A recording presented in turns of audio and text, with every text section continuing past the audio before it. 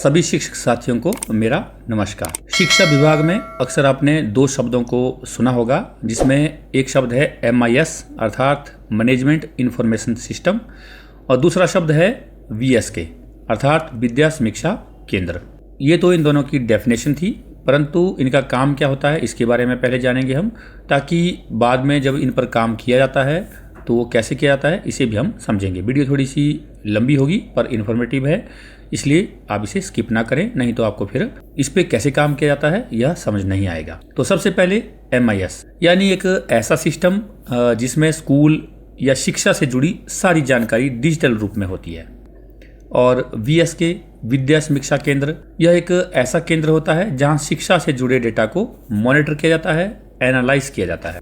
MIS और VSK का उपयोग स्कूलों और शिक्षा विभाग में होता है। इसके मुख्य रूप से 3 काम होते हैं। पहला, डेटा मैनेजमेंट करना, जिसमें छात्रों की जानकारी इकट्ठा करना, उनकी अटेंडेंस और परीक्षा का परिणाम अपलोड करना। और दूसरा, स्कूल मॉनिटरिंग अर्थात टीचर की उपस्थिति, कक्षा की स्थिति क्या है और स्कूल की प्रगति रिपोर्ट कैसी है।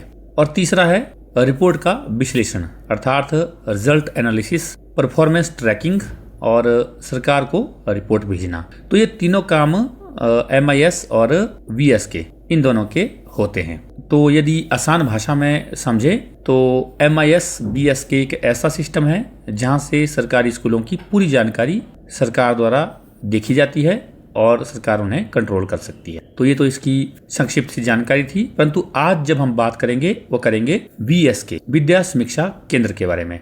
यदि आप लोग UDAIS से संबंधित, MIS से संबंधित या किसी और प्रकार से आप ऑनलाइन जानकारी को जो आपके डिपार्टमेंट से संबंधित है जानना चाहते हैं, तो आप हमारे चैनल को सब्सक्राइब भी कर सकते हैं, जहां पर जाकर के आपको प्लेलिस्ट में जाकर के आसानी से आप डिजिटल डॉक्यूमेंट के बारे में बहुत सारी जानकारियां प्राप्त कर सकते हैं। और इसी प्रकार की वीडियो को देखने के लिए आप हमारे चैनल को लाइक, शेयर और सब्सक्राइब जरूर करें। तो चलिए आगे की जानकारी के लिए मैं अब आपको सीधे स्क्रीन पर लिए चलता हूं। तो आज की इस वीडियो में हम सीखेंगे कि VSK अर्थात विद्या समीक्षा केंद्र में हम किस तरह से अपनी जानकारी फिल कर सकते हैं।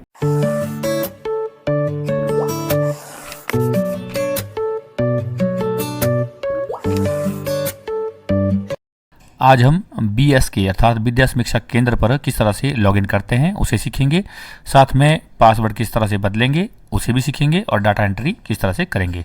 वास्तव में देखा जाए तो यह केवल मात्र आपका स्टॉक है, इसे आप समझ लें। जैसे आप स्कूलों में स्टॉक मेंटेन करते हैं वैसे ही आप इस पर ऑनलाइन स्टॉक मेंटेन करेंगे। जिस चीज़ की आपने खरीदारी जिस भी ग्रांट से की है उसका आप यहाँ पे किस तरह से उसको मेंटेन करेंगे स्टॉक के रूप में, वही जानकारी आपको मैं आज देने जा रहा हूँ। तो किसी भी आप ब्राउज़र पर चले जाएं और उसके बाद वहाँ पर आप टाइप करेंगे http://mis.hpvsk.org और इस पर ओके करेंगे तो इस तरह का आपके पास स्क्रीन खुल करके आएगी, जहाँ पे आपको यूज़र नेम पूछा जाएगा, पासवर्ड पूछा जाएगा। यदि आपने नया यूज़र नेम नहीं बनाया है तो आपके पास ईमेल के थ्रू यूज़र नेम मिल चुका होगा। आप उस यूज़र नेम को यहाँ पे फिल कीजिए और उसके बाद आप पासवर्ड फिल कीजिए और उसके बाद आप फिर अपना यूज़र नेम और पासवर्ड भी बना सकते हैं। परंतु यहाँ पर हमारे पास यूज़र नेम बदलने के लिए ऑप्शन नहीं है, तो आप लोग यहाँ पे जो यूज़र नेम है उसे डालिए और पासवर्ड जो आपने चेंज किया है उसे आप यहाँ पे फिल कीजिए। तो मैं यहाँ पे अपना यूज़र नेम और पासवर्ड फिल कर रहा हूँ। सिक्योरिटी रीजन से मैं इसे ब्लर कर रहा हूँ। आप यहाँ पर अपने विद्यालय का यूज़र नेम फिल कीजिए और उसके बाद पासवर्ड फिल कीजिए और उसके बाद लॉगिन कर लीजिए।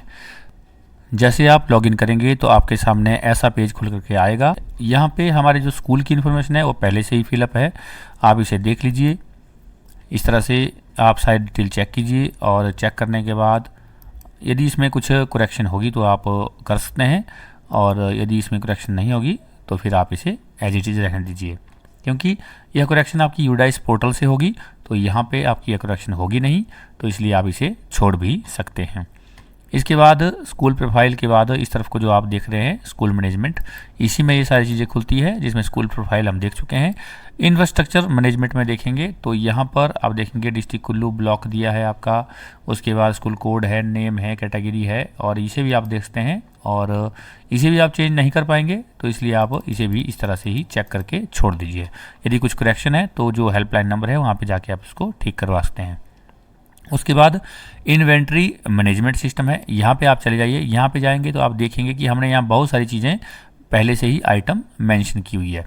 साथ में कैटेगरी है, स्कीम है और लास्ट परचेज डेट है और लेटेस्ट वेंडर कौन है और टोटल यूनिट कितनी आपने परचेज की है और उसकी टोटल कॉस्टिंग क्या रही है। तो इसको आप यहाँ से जा कर के देख भी सकते हैं और यहाँ पे आपको अंदर दिखाई देगा। यदि आप इसको टिक कर देंगे, मार्क इन यूज़ कर देंगे, तो फिर आप इसको डिलीट नहीं कर पाएंगे।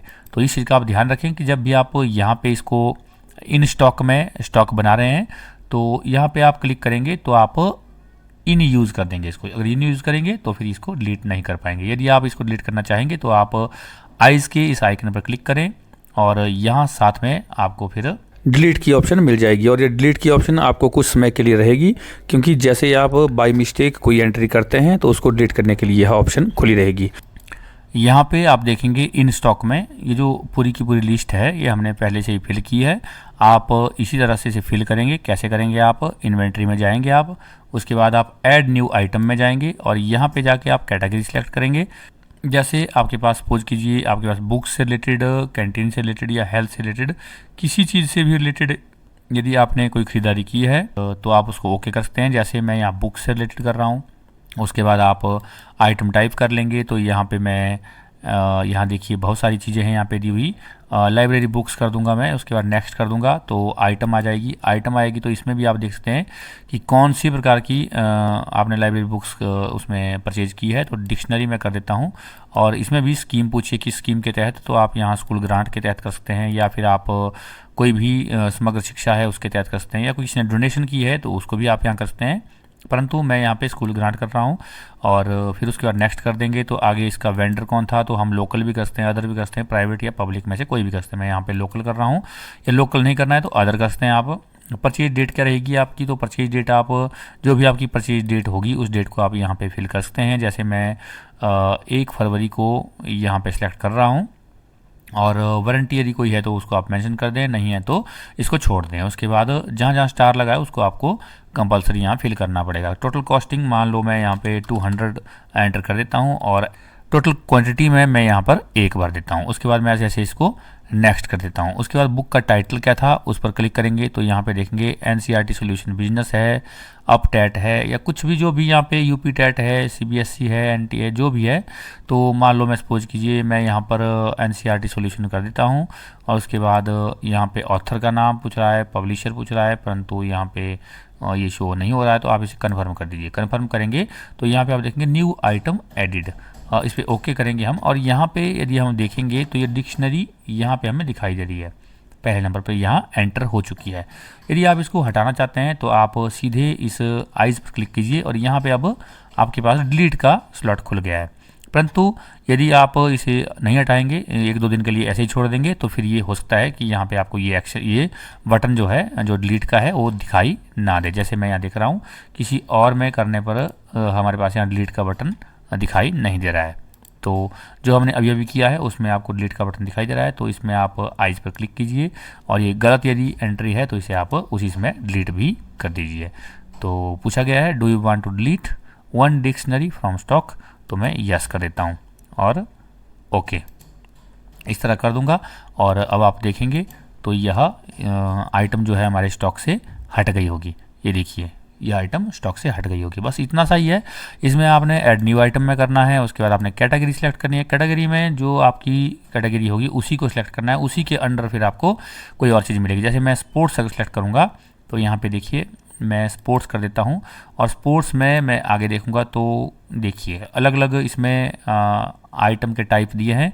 जैसे इसमें से मैं देखिए म्यूजिकल इंस्ट्रूमेंट कर लेता हूँ, तो उसके बाद नेक्स्ट करता हूँ तो आइटम में फिर आपको आगे दिखाई देगा। ढोलक है आपके पास, ड्रम सेट है, फ्लूट है, गिटार है, जो भी है आपके पास।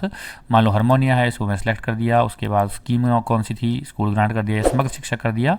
उसके बाद आप नेक्स्ट कर लेंगे। जैसे आप नेक्स्ट करेंगे फिर इसके बाद बेंडर कौन था, तो बेंडर में मैं लोकल कर लेता हूँ। उसके बाद परचेज डेट क्या थी, परचेज डेट जो डेट है आपकी वही आनी चाहिए जो इसमें बिल में है।